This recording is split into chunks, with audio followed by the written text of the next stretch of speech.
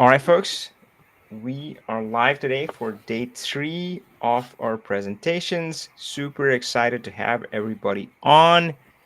If you are joining us live, put something in the chat. Let us know that everything looks good. You can see us, you can hear us. We'll wait for a little bit to make sure, give people some time to join, make sure everything is looking good. And I'm trying to check it on my phone right now just to make sure everything is good.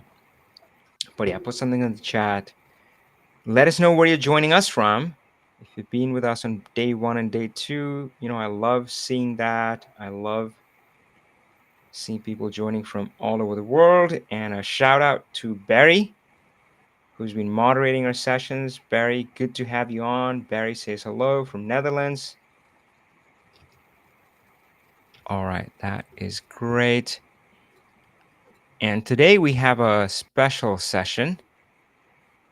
We got some amazing, incredible members from our Learn Power BI Scholarship Program.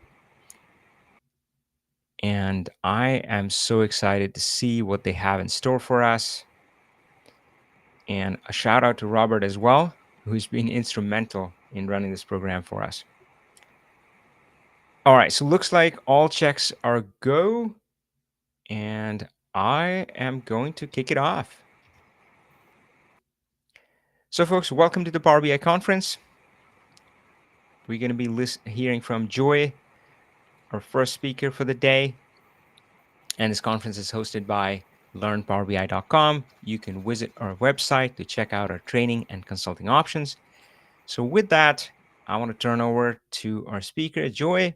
Joy, I'm going to stop my screen share. You can go ahead and share your screen and just take us away.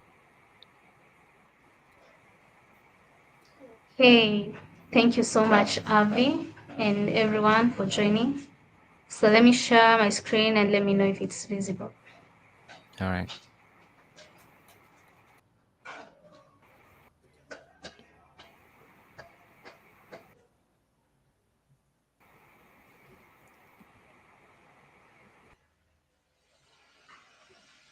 Yep, we're looking at the customer journey analysis. Looks good. Hey, so maybe for starters, I'll start by saying how my journey has been through the period that I've gotten the opportunity to learn Power BI with Avi and Robert. So it has been a good learning experience, every day of learning, putting what I've learned into practice. And as a data analyst by profession, I think this opportunity has given me so much confidence while working with the data and figuring how well I can put the insights into a dashboard that is well explainable. So my topic was on customer churn analysis, and it is in a telecom company. So basically, customer churn means them when a customer leaves the company or does not want to be in relation with the company anymore, and this could be driven by a few factors, and that is what I'm going to look at in this specific company. So interesting story on this navigation bar. This is what I got to put my hands on very recently, and I thought it would be a good opportunity to share what I've learned. So this is the navigation bar, and basically this is a visualization showing customer churn. So quickly, I'll get into the churn by demographics. Right. So in my data, we have categorical data. So we have gender, we have dependents, and the type of contracts that our customers have. So up above here, I have a card showing the number of customers and the charges averagely monthly in dollars, and the average total charges in dollars as well. So in my first donut chart here, I have the gender distribution, which shows how our customers are distributed gender-wise, and how is it affecting churning in the company. So in this first bar graph, I have a visualization that shows male and female, and this dark blue means they churned, and this light blue means they did not churn as per the legend here. So we see that there's about, for the female gender, about 659 of them churned, and for the male we have 672. That means we have more male customers churning rather than female customers, and a lot of those men as well do not churn. So we have 1877, and we have 1817. Okay, sorry. So moving on, I have a distribution showing dependents. So we also have a categorical data showing how many of our customers have dependents. So that means they either have children or they have brothers and sisters that depend on them. So this is what we had, and a big number of them do not have dependents, and about 30% of them have dependents. So on their churning, we saw that those who don't have dependents are retained more. So if the customer is not churned, that means we are retaining the customer. And 1094 of them did not churn. And for those who have dependents, we have a less number of them, and 16 of them churn, and this they did not churn. So that is what we found out. So we found out that those who have dependents are more likely to be retained than those who don't have dependents. And I've said those who do not have dependents are more likely to be retained than those who have dependents. So I also went ahead to look at the contract distribution. So we have three types of contracts: month to month, 2-year contract, and 1-year contract. So a lot of them are in month to month, I guess, because most of them are being paid monthly, so they have subscribed to the month to month contract. And uh, about 24%, 24.6% have chosen the 2-year contract, and 20% chose the 1-year contract. So based on this distribution, we saw that uh, a big number of those who have month to month contract are retained, and a few number of them, which is not so, there's not much difference, are churned, so they move out of the company. And for the 2-year contract, a big number of them are retained in the company, and for the 1-year contract as well, most of them are retained. So this informs the company that maybe they should uh, sensitize people more on the contract, or how they should also investigate why do these people in the month to month or 2-year contract are retained more than the other. So we also had a categorical data showing partner distribution, and about 51 of them do not have partners, and 48 of them have partners, which is not much of a difference, like it is a small difference. And based on that, more customers with partners are more likely to be retained in the company, and those who do not have customers are less likely to be retained in the company, meaning they have more churn than those who have partners. So I'll go back to the navigation page so that we can look at the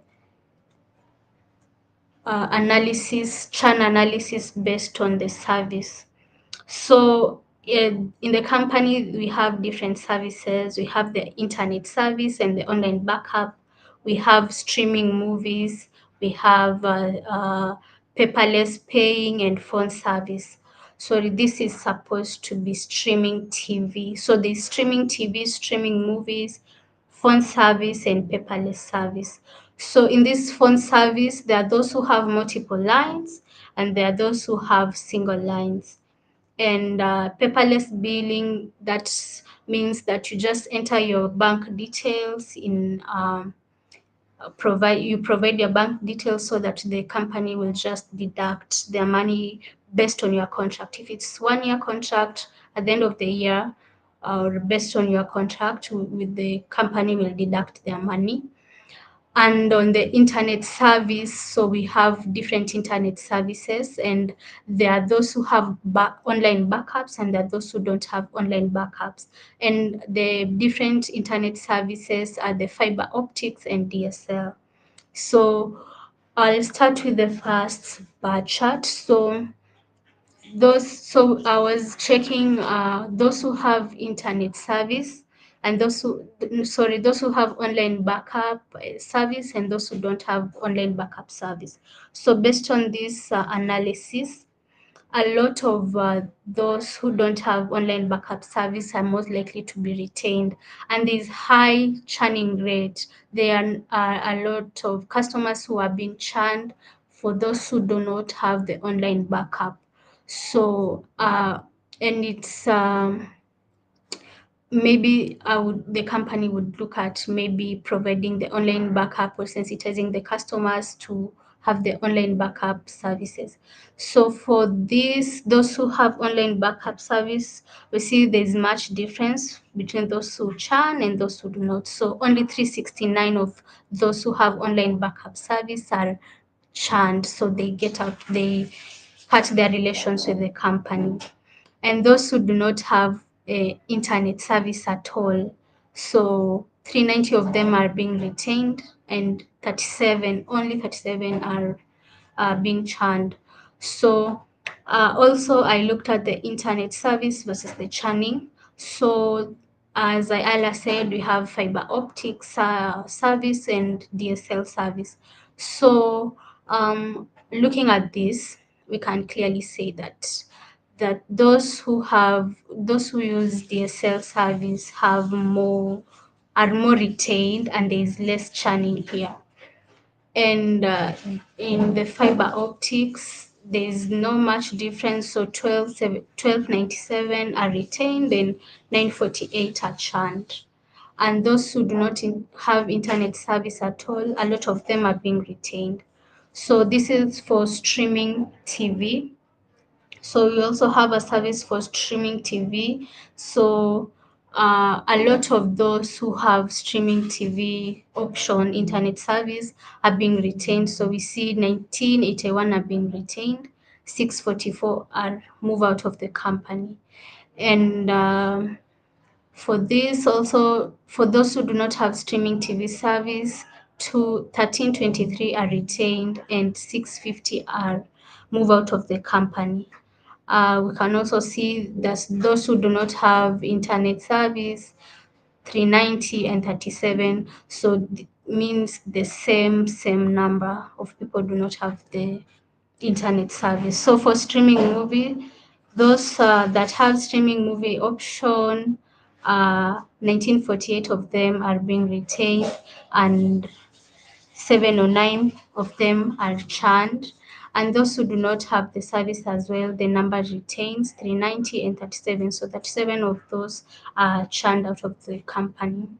So for the phone service versus multiple lines, so those who do not have multiple lines are most likely to be retained. So we retain 2176, and 722 of those churn of the total number of customers who do not have multiple lines. And those who have multiple lines, uh, 15, 18 of them churned, and 6 or 9 of them were retained. No, sorry, 15 of them were retained, and 6 or 9 of them churned, so they cut relations with the company.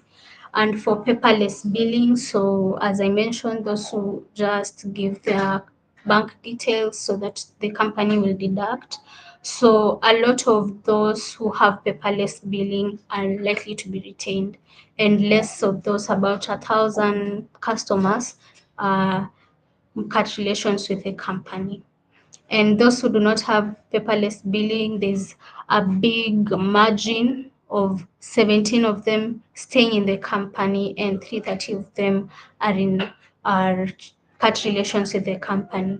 So with this analysis, I think it will be easier for the people at the top, the executives, to make a decision on what service they should sensitize the customer more, and what should they focus more on. Should they continue um, with the paperless billing? Because, for example, with the paperless billing, someone might just forget to pay their charges.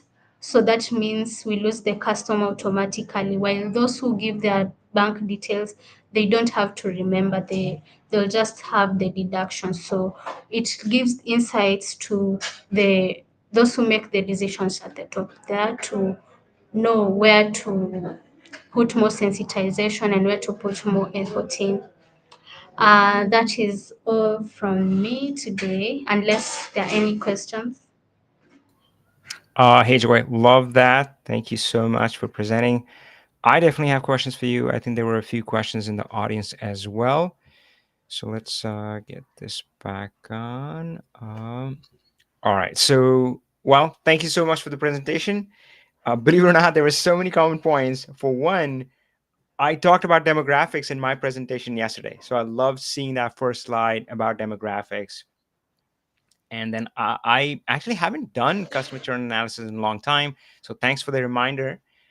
And I did a quick chat GPT. And of course, as a business owner myself and working with business owners who are my clients, we always say that your best customer is your existing customer. But the truth is also that a lot of companies are so focused on getting new customers. Everybody's focused on getting new customers. They go advertising, this and that. And I checked it, and the cost of getting a new customer can be 5 to 25 times more than just keeping an existing customer. That is why I love customer churn analysis. So I love seeing that. My first question to you is how easy would it be to take this analysis and just do it for a different kind of company? And the company in my mind is that I talked about yesterday, which are dental clinics, because they have the same problem. I mean, I go to my dentist, I've been going to my dentist for years, but I'm sure there are customers who come, show up, and then disappear, never come back again. So, yeah, what's, uh, what do you feel? I mean, would it be pretty easy to take this analysis and just change it? You could do that for any other company, or there might be differences? Um, they might be a small difference. So depending on the company, do they keep the contacts of their patients? If so, do they have a service of reminding them every other time that they need to go for their appointments? If so, I think it would be much easier, so that you can keep track, as Yeah. well as knowing if the customer pays with cash or paperless. Because also, no, Yeah. paperless, cash, or insurance, because I think also finances play a big role in Mhm. customer churn. Yeah. I didn't think about that. That's a great point. And what about the timeline? Because I'm thinking different maybe industries, or maybe even if I go work with different dental clinics, they may define churn as a different period of time. They'll say, hey, if you haven't seen them in 6 months, they're gone. Or somebody might say, hey, if you haven't seen them in 12 months, then they're churned. I mean, that is pretty, is that pretty easy to adjust in the analysis? Yeah, so I think the average, we're supposed to see a dentist at least twice a month, right? Twice a year, right? Twice a year. Yep, For that's what I general aim for. Yeah. general checkup. So I think we can do an analysis of 12 months, a period of 12 months, so that we can be able to know, apart from from the checkups that come in between the year. So we can look at the general average time they're supposed to see the dentist. So I think 12 months would be a reasonable timeline. Okay, okay, great. Yeah, glad to know. I'm looking forward to this. So there was one question from Loazi from South Africa. Hey, Loazi, good to have you on. And Loazi was curious about how you have connected it to the backend data. Have you connected directly to whatever the data source, or did you export it? That is my favorite method. I export it to Excel and then just connect Power BI to that. How was the Power BI dashboard that you were demoing or that you had built was connected to the data source? So I used SQL queries. All right. So yeah, so I wrote queries and then I just connected it to the. So it was just one table, so I didn't have to connect different source tables with what the one that Yeah. I'm using. Yeah. That's great. All right. Awesome, Joy. Thanks so much. Yeah, hey, power on. That's good stuff. Thank you. Thanks for sharing this with us today. Thank you, Avi. All right, we will bring so Joy, if you like, maybe we seem to have lost Owen. I will wait for Owen to join again. Robert, can you ping Owen? He was on for a while. And Barry, thanks so much for sharing the LinkedIn URL for Joy. Folks, make sure to kind of connect with her. And we're going to try to get our next speaker back on. We do have something exciting to do. Sales dashboard for motor sales companies, and that's Owen would be presenting that. Well, while we're waiting, Joy, maybe I'll ask you about your experience with Power BI so far, or a bit about your Power BI journey. How long would you say? When was it that you started on your Power BI journey? So, a quick backstory. So, I changed my career trajectory last year, September. So, I Mhm. dived into data analysis. So, Power BI was among the first tools that I learned on data analysis. So, I'd say from September, October of 2023 to now. Okay, that's. I mean, what you presented, that's pretty incredible. But did you have a background around analysis, maybe using other tools? Had you been around data before that? Yeah, I used Okay. Excel so much. Okay, okay, that makes sense. That's great. And hey, that was my transition as well. I used Excel for years, and then switched over to Power BI. What would you say you noticed that? Wow, this is a game changer compared to that previous life in uh, Excel. And yeah, what's kind of your favorite thing about Power BI? The fact that Power BI can load a lot of data without hanging or crashing your computer. Oh, So that is the yeah, best. As well as the visualizations, they're so simple. Like yeah, you can just click and whatever you want, you'll get, as long as you yeah. have the concept in mind. Yeah. Love that. Actually, that's what brought me to Power BI. I was in Excel and I was struggling with the million row limit. That's the only thing I wanted to solve. And if I had figured out a way to, well, yeah. So that's what brought me there. I must say it took me a while to kind of get used to the visualization. Like they were nice, but I was so used to pivot tables. So that was Oh, so I think the data model, the awesomeness, bringing in just hundreds of millions of rows, that was pretty much love at first sight. The stuff with visualization, it was over time. Yeah, yeah. Yeah. we dated for a while. Yeah. Pretty cool. So what's next? Well, actually, before I ask what's next, how has your experience been with the Learn Power BI program? How do you feel it has helped you? First, I think I've made great connections with people who are in the same direction, who are going the same direction as I am. I've seen Robert just mention that I was their class rep, so it has made me interact with them one by one, seeing where they are at, and also my accountability partner. He's not here today, but he helped me a lot, as well as the videos that you have. They're very simple to understand.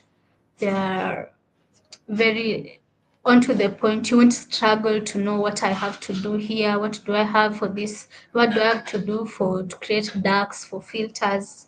So they are very straight to the point, and I keep going back to them anytime at work. I feel like this is not making sense. I just go back to Yeah, the videos and yeah. that's great. I'm so glad to hear. And yesterday I was talking about, it may sound a bit too serious, but I was talking about what people say at their deathbed. And what I said was they, so this was, I heard it, somebody else, another speaker talk about this. And they said that, hey, I've been on the bedside of thousands of people and in the last moments, and they don't talk about what, they talk about who, they talk about the people. And in my own small way, I believe that is what the Learn Power BI program is. It's, yeah, there is what, there's like, hey, I teach you DAX, I teach you this, but more than that, it's about the who, it's about the community and the spirit that you're talking about. I've seen so many examples of that. Just the other day, we were on the 30-day dashboard challenge call with the Learn Power BI members, and one of the members was kind of hesitant. She was new, but the others were so encouraging. And then at some point, uh, uh, she said that, hey, what if I need some help? Can somebody help me? And two people jumped in right away. And one of them said that, yeah, I'm available on the weekends. Sorry, I'm busy at work on the weekdays, so you can call me on weekend. Another person said, well, I'm available on weekdays. So she's now, they got this incredible 24/7 support for her. But again, that's, I think that's the spirit. So so proud of you. And yeah, Robert mentioned that you were critical in that program. And you know that saying that it takes a village. I believe in that. It takes a village. It takes everybody to kind of participate and help out. And I think the challenge that I see is that sometimes people discount themselves. They say that it's easy to wear the rookie or the newbie or the beginner label and count yourself out. But doesn't matter where you are, where you, if you, even if you're just starting out, you always have a lot to contribute. Cool. So didn't mean to go into the monologue. I want to hear from you. So while we're still waiting for Owen, the question that I wanted to ask, like, what is next for you? Maybe in the short term and maybe in the long term. Like, what do you want to create for your life? So, right. So what's kind of immediately in front of you, and then yeah, tell me a bit about that. So I'm looking into learning so much on data analytics, especially on Power BI, because I have a keen interest on that. So I'm looking maybe let's say short term for the next say 6 months. I have a goal to create a Power BI portfolio. Mm-hmm. So that is what I'm looking at as I look into what else, what type of education I can get into that, especially in Power BI, so that I can specialize, I can dig deep in Power BI. Yeah. Love it. Excited. I'll make a plug for LinkedIn. LinkedIn is my favorite platform. I always say that if you're not leveraging LinkedIn, you're leaving money on the table. Yeah. So yeah. So and we'll be, as we have done for the past scholarship program members, we'll be hosting more programs for just, coaching around LinkedIn, coaching around how to grow in your career, how to, yeah, position yourself for that next job, the next leap in your career. So I'm excited about that. Robert, it reminded me of a good question, which I think we've been talking about. Robert and I have talked about it. So I'll ask you now, Joy. So you mentioned your accountability partner. Well, who was your accountability partner, and what did you find most helpful about the scholarship? Yeah. My accountability partner was Oscar, or still is Oscar.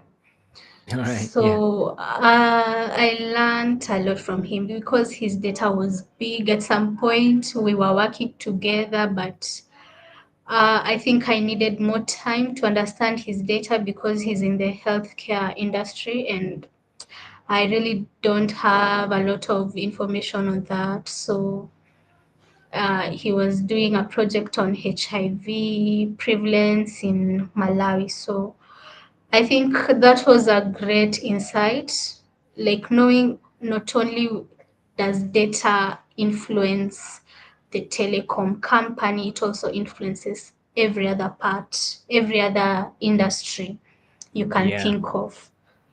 So yeah, that was so helpful. What was so helpful from the scholarship, uh, the connections, the videos, because that is a lifetime learning. Because anytime, as I mentioned earlier, anytime I feel stuck with this thing, I just go back. Yeah. Even like it's funny how these days ChatGPT is not my first option for solving the problem. I just go back to the video to understand the concept so that the next time I'm in the same situation, I'm able to solve it, not relying on AI every other time.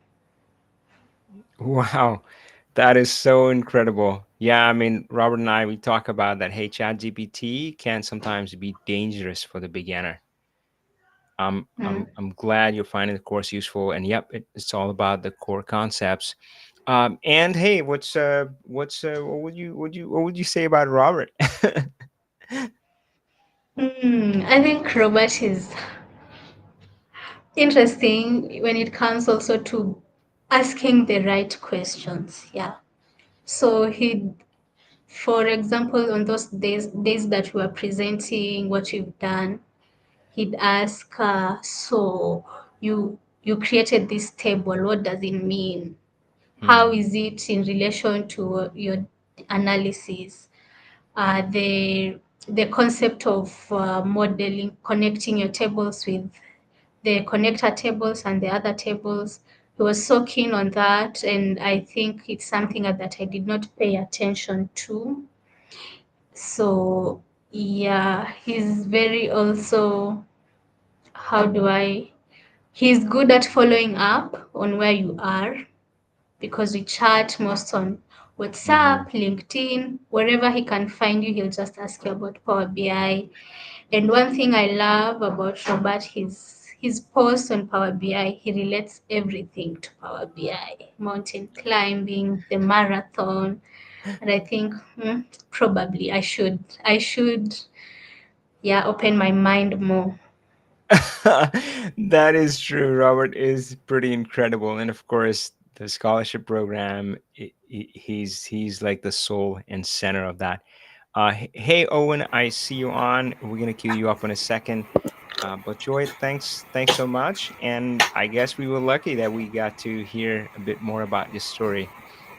Thank you so much, and good luck. And I think you have great things in front of you, great things ahead of you. Super excited. Thank you. Thank you. All right, we have our speaker. Sorry, folks, there was some tech issues on Owen's side, as you know, it happens. But that's the joy of the live shows. Good to have you guys on, and I'll queue Owen up, and we'll be good to go. Oh, all right, that is better. Let's do. All right, folks. So yeah, welcome to the Power BI conference. Our next session is going to be our speaker Owen. We're going to be hearing about sales dashboards for motor sales company. This conference is hosted by LearnPowerBI.com. Throughout this conference, you've been hearing from members in our training programs, and today is a very special presentation where we're hearing from our scholarship members. And you can find out more about our training and consulting options by going to our website and clicking on the links there. with that, I'll turn it over to Owen. Owen, go ahead and share your screen. And well, actually, I'll stop sharing first. Okay, you should be able to share your screen and kick us off. Oh boy. I think we're definitely having tech issues. There we go. Hey, Owen. Yeah, try clicking there should be something like a desktop with an arrow, the share screen right in the middle. And once you click that, it'll give you three options: Chrome tab, window, and entire screen. And you most likely want to just share entire screen and go with that.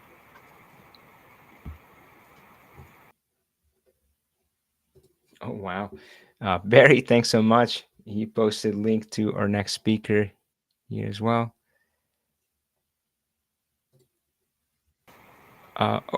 And it seems your connection drops out. You can hear us, right?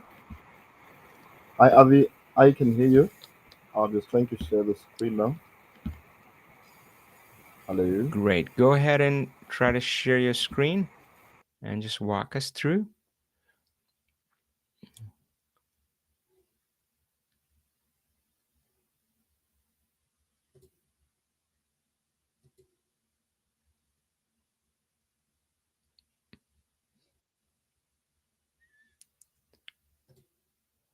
Okay, yeah, somehow you keep dropping off, like you disappear. So are you clicking if you hover over the buttons in the middle one should say I'm just share trying. screen.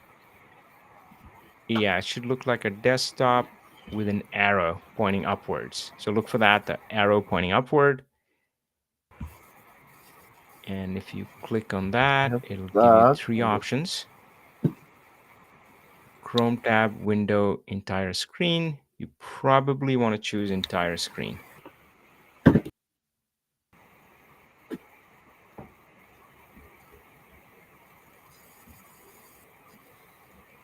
That's what I'm having. I think I'm just having some network issues. So I'm trying to switch over to another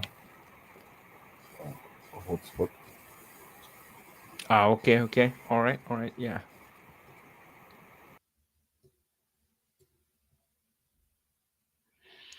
All right, folks. Owen will be back.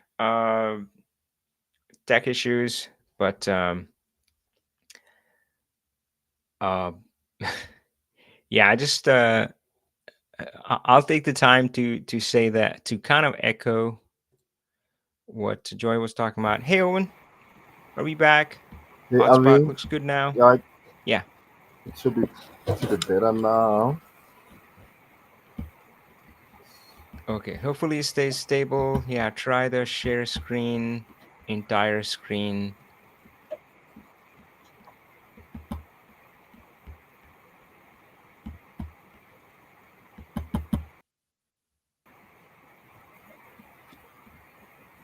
There we go. Something is coming up.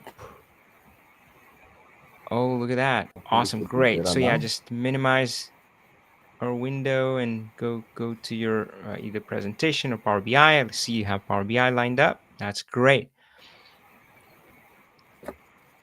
Yeah, you can minimize this window. Thank you. Perfect. Perfect. That looks good. I'm really All sorry right, take about us the away. technical Tell us about your project. challenges. Oh, thank you. All right. Thank you. First and foremost, I'd like to appreciate the opportunity that Lane Power BI has afforded me, and my special gratitude goes to Avi and Robert. I looked at a sales dashboard for a Golden Spiral Motor Space. So this dashboard, the aim of the dashboard was to show uh, to get a clear understanding of the sales and gross profit movement over a 6 months period, and also make or assist stakeholders to make strategic decisions on sales operations. So in this in this project, we actually had to look at We had to look at the monthly sales and profit performance, sales patterns by salesperson and also day of the week, profitability analysis relation to sales volume. So this is the end result to actually have a Power BI dashboard with visualizations that support trend analysis over the given period, which is 6 months, and also highlight areas for operational improvement. So after looking at the end result, we have to go to the project, and I managed to have a date that's 1st of January 2024 to the 31st of July 2024, and some slices. But before talking about them, I have 6 visualizations, and the first visualization, it actually shows the total sales and total profit by month. So this is from January to July. But of most importance, I also think it's very important for me to show the models. So if you go on the model tab, I just want to see how we actually came to have these. So I identify, actually we took the data from a CSV. This is operational data that spans from January to July. So I had the sales data, which included fields like cost price, group, invoice, month for each and every particular transaction. And from that, I had to get a table for parts to identify each distinct part, which is the description group and the part number for that particular part. And I added a calendar table. So the parts in the calendar table became my two lookup tables, or uh, dimension tables, and the sales table became the fact table. So in total, my tables were three, and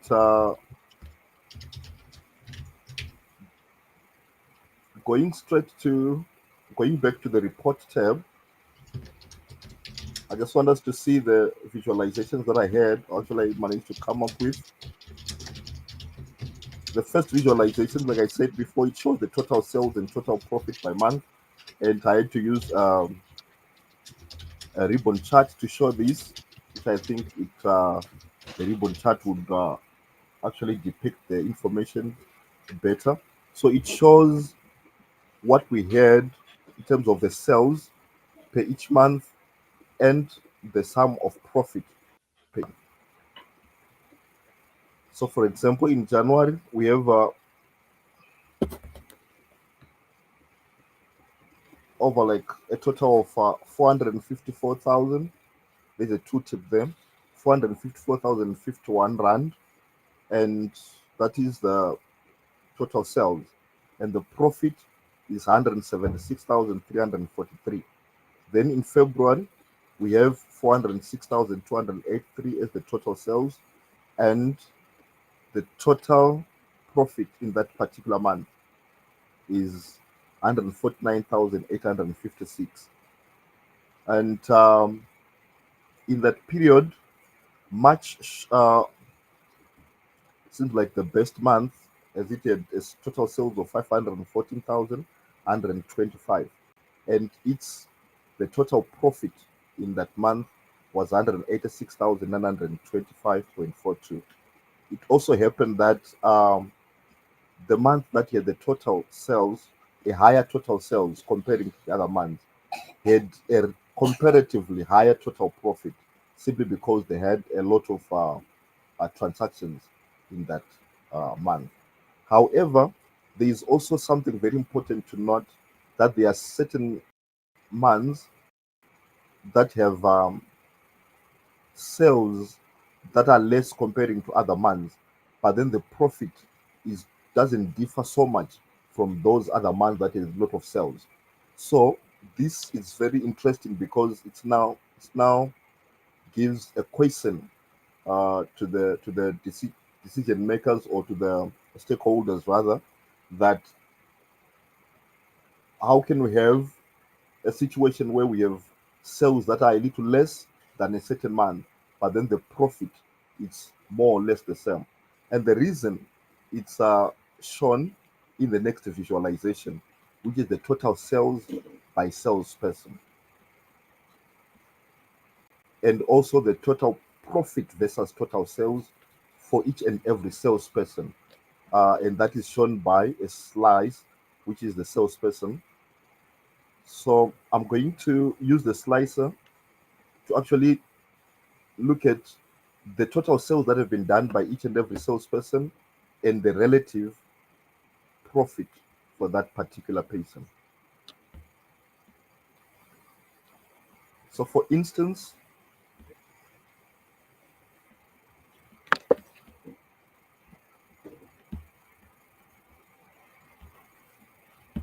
okay, my slice is responding. It's not so. It's responding so. It's not responding fast though. Okay, there we go. All right. For example, on Melvin as a salesperson,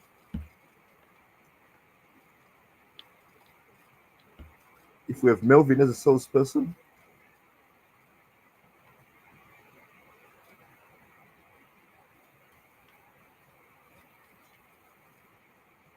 we are going to see that the total sales that Melvin had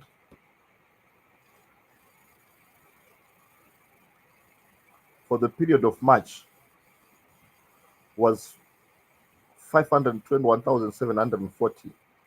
And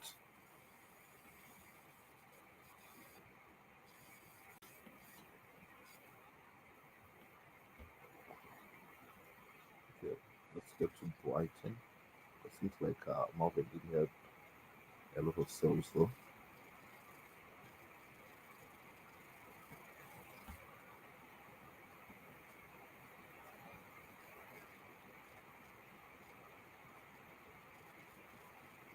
Okay. Uh, Pritchard had total sales of 1,038,537 and total profit of 398,616. And Martin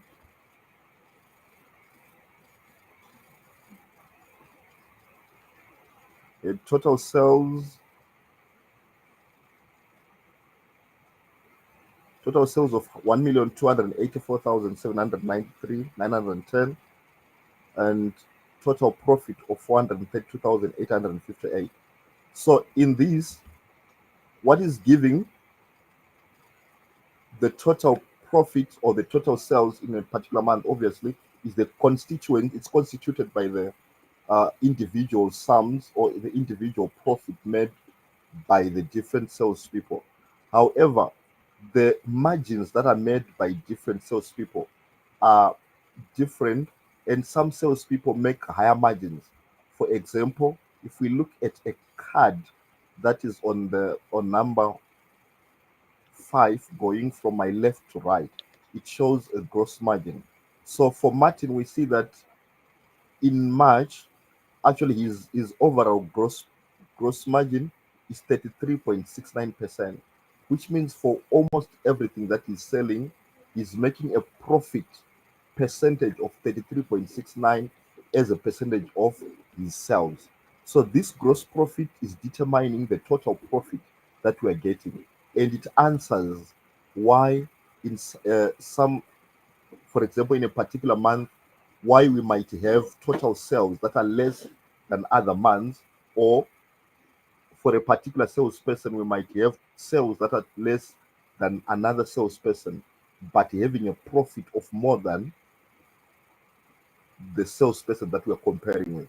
So this is answered by the gross margin for particular salesperson, particular salesperson. So here I'm just going to compare between Martin and Pritchard. We see that the gross margin, uh, just allow me to go on a particular month, which is March, using the slicer. And in March, for Pritchard Pritchard has a gross margin of 37.06%, and Martin, in the same month of March, Martin has a gross margin of 35.52%. So this gross margin is a rate, like I said before, that shows the percentage of your profit over expressed as a percentage of the total sales. Okay, so we have the cards from the first one, the total sales that the particular person does. If you're looking at the person or at the salesperson, or if you're looking at the total at the branch, it will show the total sales of the branch.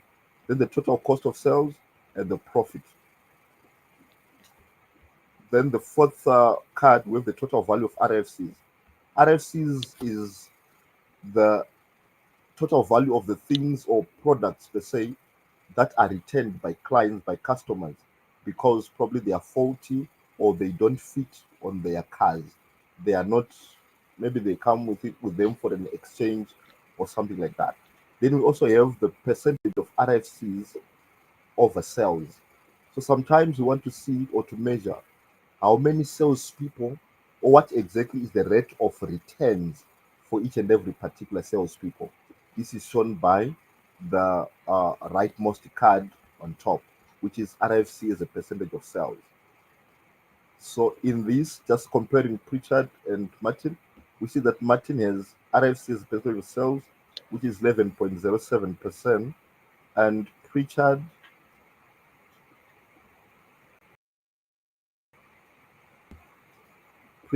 has 10.53%. So the returns for Pritchard are less than the returns for Martin in the month of March. So this is vital information or important information for the operational managers and also the decision makers, the management who are responsible for day-to-day running of the shop. Then we have the total sales by vendor. I I did this visualization as I really thought that it's very important for the stakeholders or the management also to know that from the vendors that are supplying us the individual items that we are selling or the parts, which vendor is contributing to most of the sales that we are having in a particular month or overall. So we see that, for example, in for Pritchard in March, he sold most of the things that he sold was from General as a vendor, and the sum of those of his sales from General was 155,279. And from the other, since this is depicted or shown by a pie chart, the second segment, which is uh, a bit bigger, like from General, we go to uh, a vendor called Ziden. Ziden supplies, or he sold the second supplier from which Pritchard sold a lot of parts. So you can actually see that Pritchard is selling more items from these suppliers, SAA and Ziden, also Spare P. And from that, you can actually see that on the fourth visualization, on the second line, you can actually see the total sales by day name. That most of the sales that Pritchard did in March were on Saturday. And this explains that upon like interacting also with the management, seems like they had a lot of promotions on Saturdays, on weekends, but then most of the customers would come on Saturdays. So, and also on Sundays the business doesn't open the like full day. So Saturday, that's the day that would accommodate most of the customers. So this is also shown by this visualization. And Power BI is very intelligent to pull that up. And from Saturday, we have Tuesday as the next day that Pritchard made more sales, or lower than or less than Saturday rather. The least day, or the day that had the least sales for Pritchard, was Wednesday. So this information is very important, such that even if the operations management want to have a meeting with Pritchard, uh, it would make sense. It would make sense to do it on a Wednesday other than other days, because on a Wednesday he sells uh, not that much. Remove mark at the overall period, over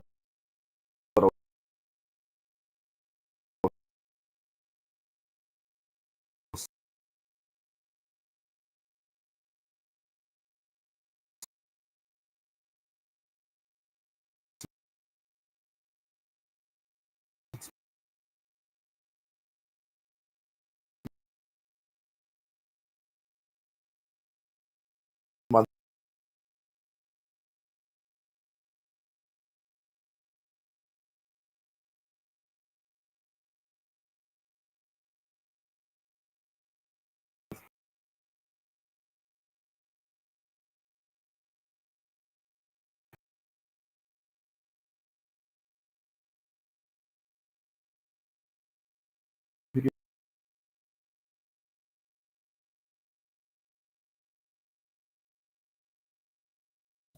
Apologies, folks. I know Owen did have a bit of a network issue.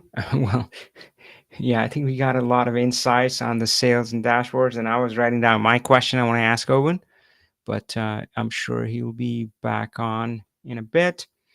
So sales is one of those things. Sometimes I'm like, oh, I'm tired of looking at sales because, yeah, I worked with sales teams for a while, often work with sales data, even when I'm working with clients. And of course, we use AdventureWorks, which is a sales data set. So, yeah, it's true. I love meeting members from different backgrounds in a program. When somebody comes from healthcare or academic or academia, right? They're working at a university or something like that. I always love that and love seeing different dashboards, different applications of Power BI. But hey, sales is sales, right? And every business usually does have sales. I don't know, academia sometimes, they're in a situation where they don't care about sales.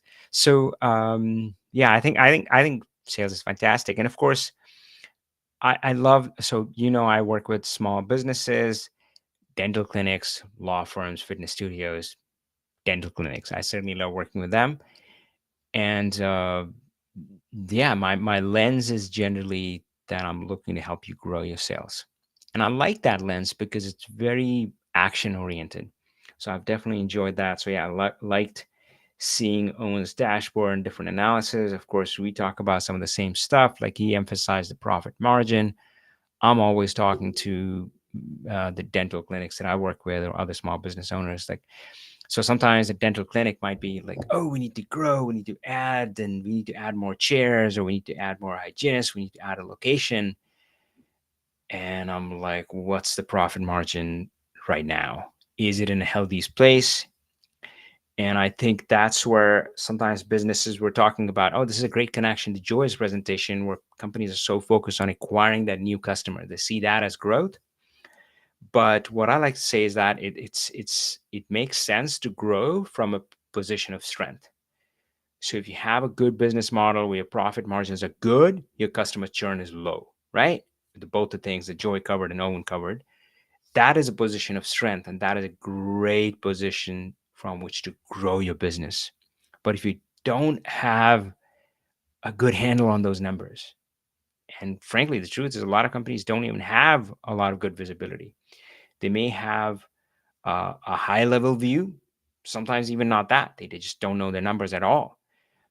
Or they just may have a big number. But that big number, if you just know, oh, our overall profit margin is this, that may be hiding a lot of things in there. And that's what Owen was talking about, that what you got to analyze by salesperson.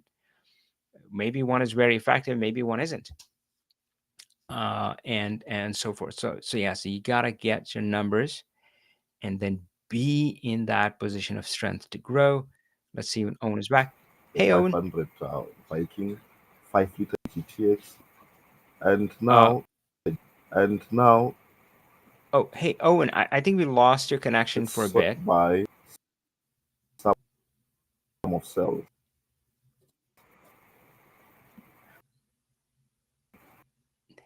Owen, can you hear us? Hi, Avi. Hey, Owen, let me know if you can hear me.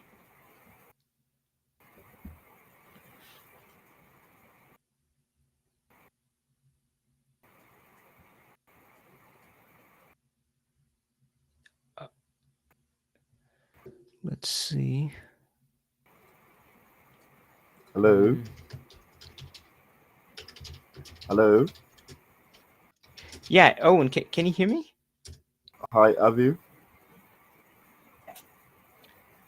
Yeah, man. I think your Hello. connection has been a bit challenging today. Yeah, we can hear you. Can you hear me? Oh, great. Yes, I can hear you. Thank you. Can I Okay. proceed? Well, I think we're at the top of the hour. Yes, I know we started late because we had some tech issues there, but I think we may need to wind up now. So we did get a good overview of your presentation, and I just had some questions, and I think the audience may have some questions as well. Is it okay if we just take the questions now and wrap up the presentation? Great, that's fine. Uh, Okay, yeah. great. So, hey, first of all, I just wanted to, and I was talking about that briefly when the connection was down. The profit margin, I love that focus because I think a lot of times companies are looking at that top number, that revenue, and it seems sexy, but I think the good stuff is in having a profitable business. So, one question that we had from the audience, let me cue it up.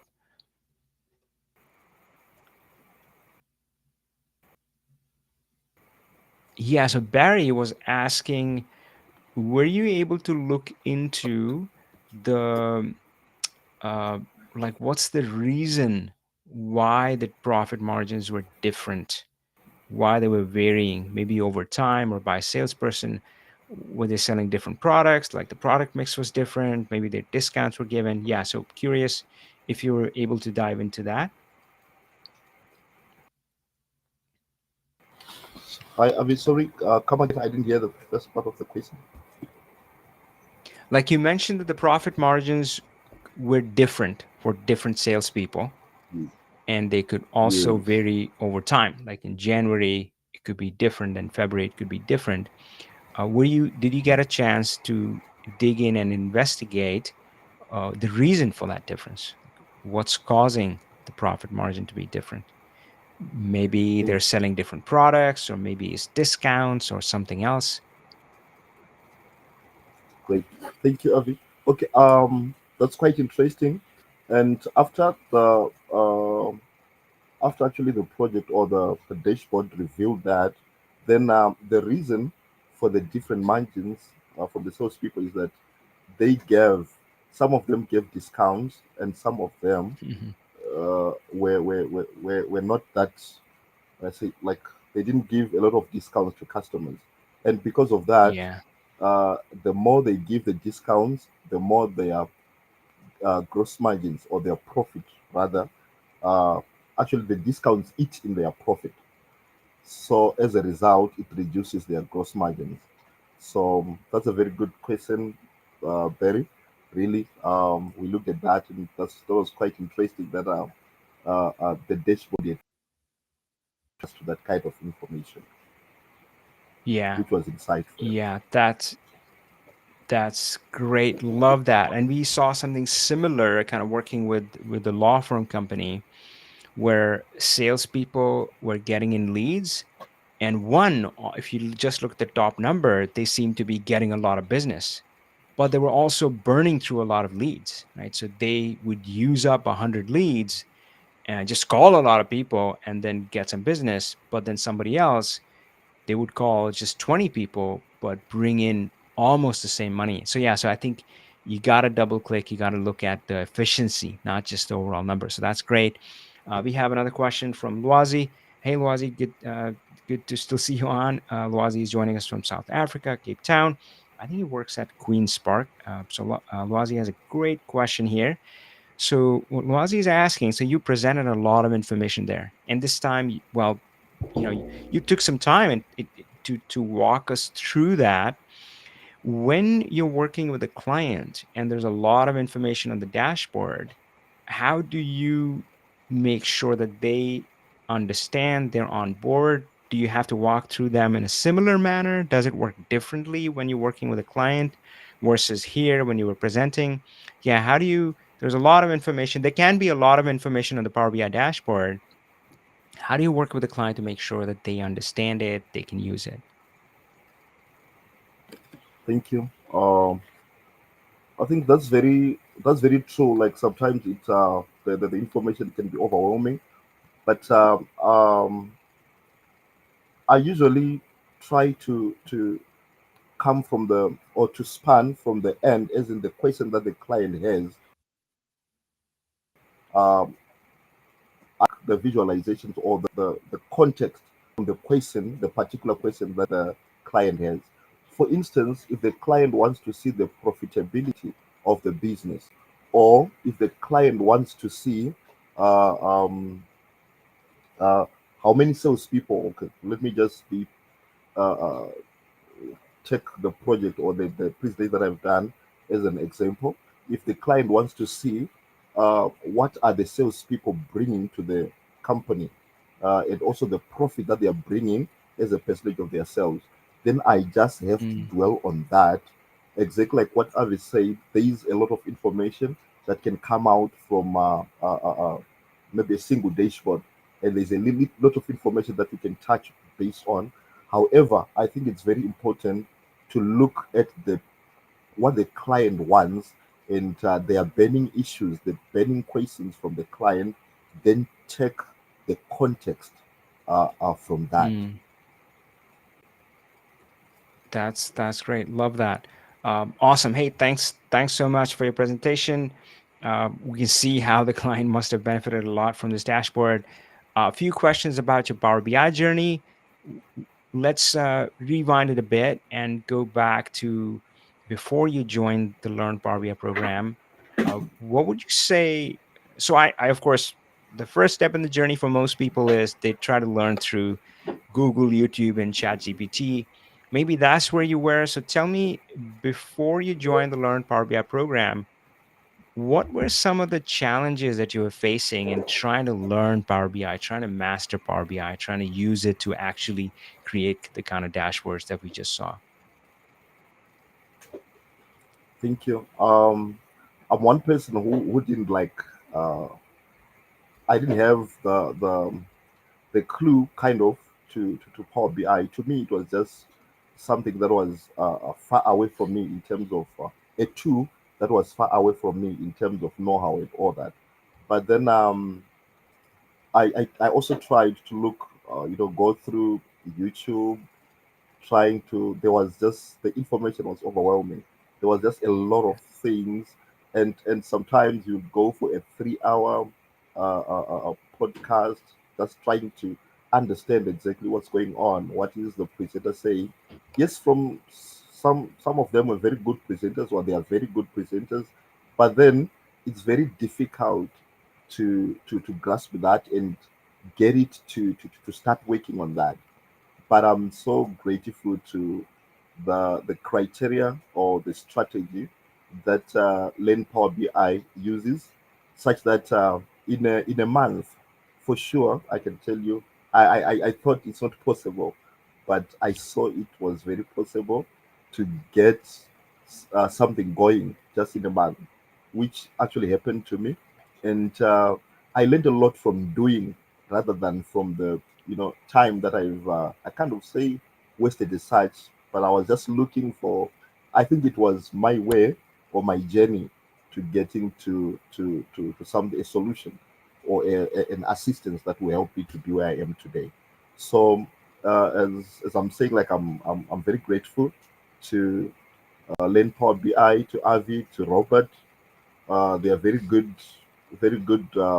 like mentors, such that in a month I was able to use that. I was able to actually come up with my DAX measures without even, just by merely following how it is done or what I was taught, and also like put up visualizations and explain raw data, take it, model it, and to become something that we can even present to someone.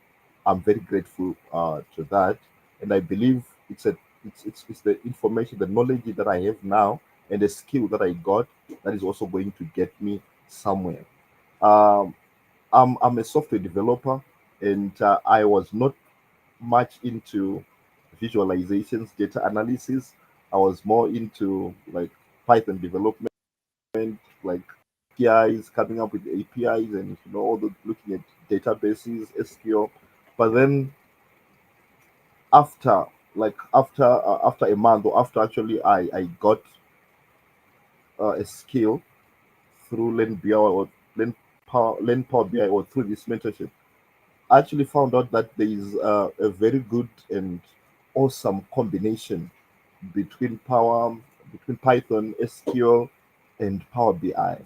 It's something that I could marry easily, and I'm happy Mhm. that I Yeah, actually found out about Learn Power BI, and I managed to get the scholarship to go through this. I'm very grateful. Thanks a lot, Avi. that's Thanks a lot, Robert. Keep on doing that even to other people.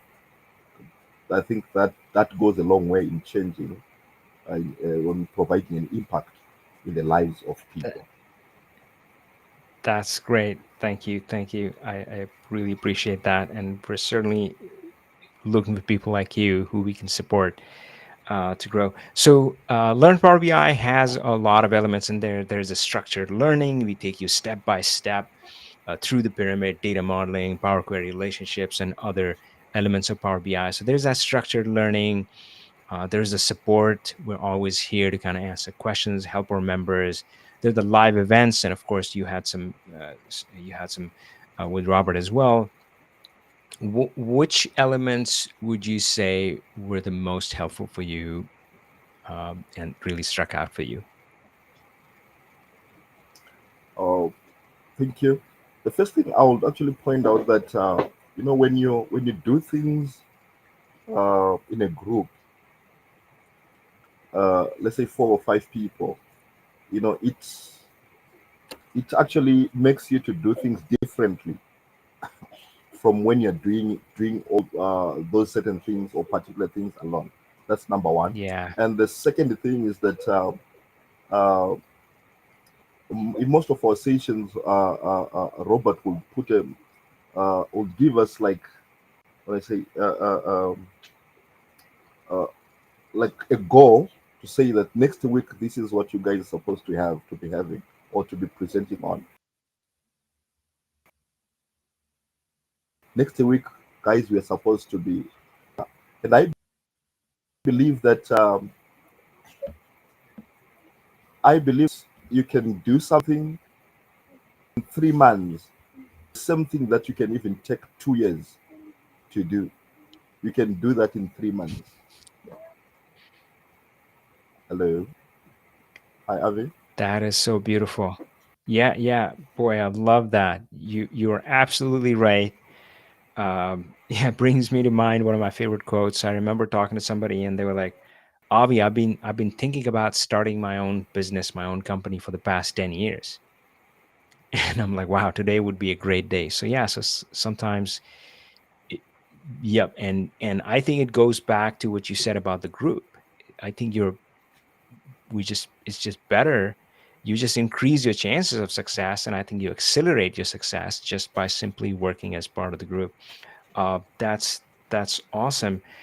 Tell me a bit about how vital has Robert support been to your journey, and for the what you've seen for other scholarship program members. Thank you. Uh, Robert has been very instrumental uh, in my Power BI learning journey because despite the fact that he's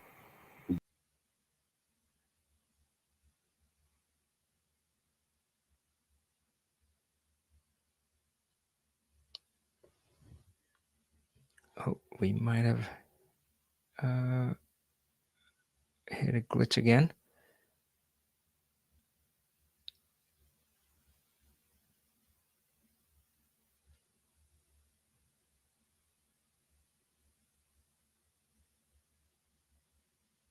Oh, folks, that's a bummer. um, let's see. Let's see if we can get Owen back to wrap it up. Uh, but if not, we'll call it good for the Power BI conference. Hey, I just want to thank everybody who joined, and yeah, I just want to say that I feel so lucky and privileged that I get to do this. And I was listening to a podcast, and they talked about the Sunday dread, and I know exactly what they were talking about. It was the Monday blues that hit you on Sunday evening. And for many years, I lived like that. Now, I wouldn't say that it was right. Yeah. So at 15 plus years, I worked in the corporate America. And yeah, maybe not every Sunday. Maybe there were some phases where I was excited about work. But I can be honest with you guys. Most of the time, it was just the Monday blues. Wednesday was the hump day. It was like, oh, we're halfway there. And Friday was TGIF. Thank God it's Friday. That's how I lived my life.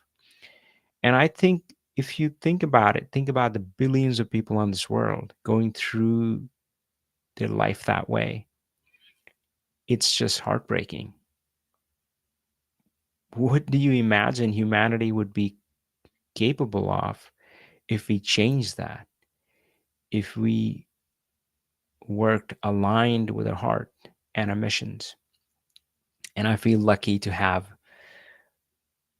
that in my life, right? So I'm committed to helping members succeed. Now I do see that my work is cut out in front of me because folks, the journey is not just about learning the technical stuff. It's not. Hopefully by now you've realized it. And that is one reason why we host these events. We want to take you to the next level. You I know when people are starting to learn Power BI, that's all they're focused on. It's like, oh, I want to learn Power BI. But then they once you learn Power BI, I mean, you look around, right? I mean, I think I was Googling or not Googling, but I was LinkedIn and I searched for Power BI. There were million plus professionals, right? I don't remember. It was like a huge number. That is the reality. So tech isn't enough. Tech is good. You should know the tech. I'm not saying don't learn it. I'm not saying give up. I'm not saying that. What I'm saying is that is a step in the journey. And if you want to be in control of your career, if you want to be in control of your life, you got to take a few more steps, my friend. And it's not hard, trust me. And those who have gone through my Power BI course, hopefully you see the truth. I think I break it down, I make it simple. And I do the same thing with the career journey, whether that be you're pursuing a 9 to 5 career, that's good, that's awesome. Or you want to do something of your own, become an independent consultant, that's also good, that's awesome. Oddly, if you, as you would learn if you keep following me, is that those two paths are not that different. So that's where I want to take us.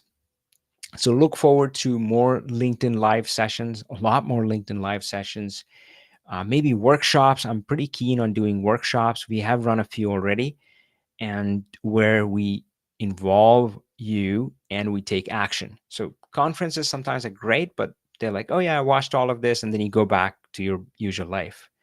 But I think a workshop, we would get together and actually accomplish something. For example, writing your first LinkedIn post.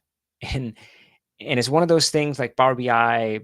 By now, a lot of things seem easy to me, but they don't seem easy to people who are starting out. So I have to slow myself down, walk them through step by step when I'm in training mode.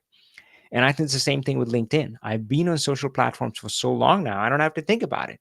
But I do talk to people and they're like, Avi, what do I post? How do I post? Is this okay? Can you check this? So yeah, we'll just run a workshop. And by the end of that workshop, hopefully less than an hour, you would have written out a post, maybe your first post or maybe a next post. And you will learn so much more. You will learn. So LinkedIn, the challenge is that most people don't use the platform correctly. So I hear from people, LinkedIn is garbage. I tried it, didn't work. And I'm like, yeah, I see how you're using it, and it's not the right way. So not only will we help you write that post in the workshop, but we will kind of teach you essentially how to do it the right way. So that could be step one. And then, of course, updating your profile. That's good stuff. And then we can go from there. So, yeah, look out for those sessions. And I will say uh, bye for now. So, hey, Owen, Joy, Robert, thanks so much to everybody. Owen, sorry we couldn't get a clean ending, but yeah, I really appreciate time. Really enjoyed your presentation. Thank you so much. All right, folks, we'll call it a night. Well, it's a little early for night, but yeah, we'll call it a day, and we'll see you on our next LinkedIn Live. Take care and power on.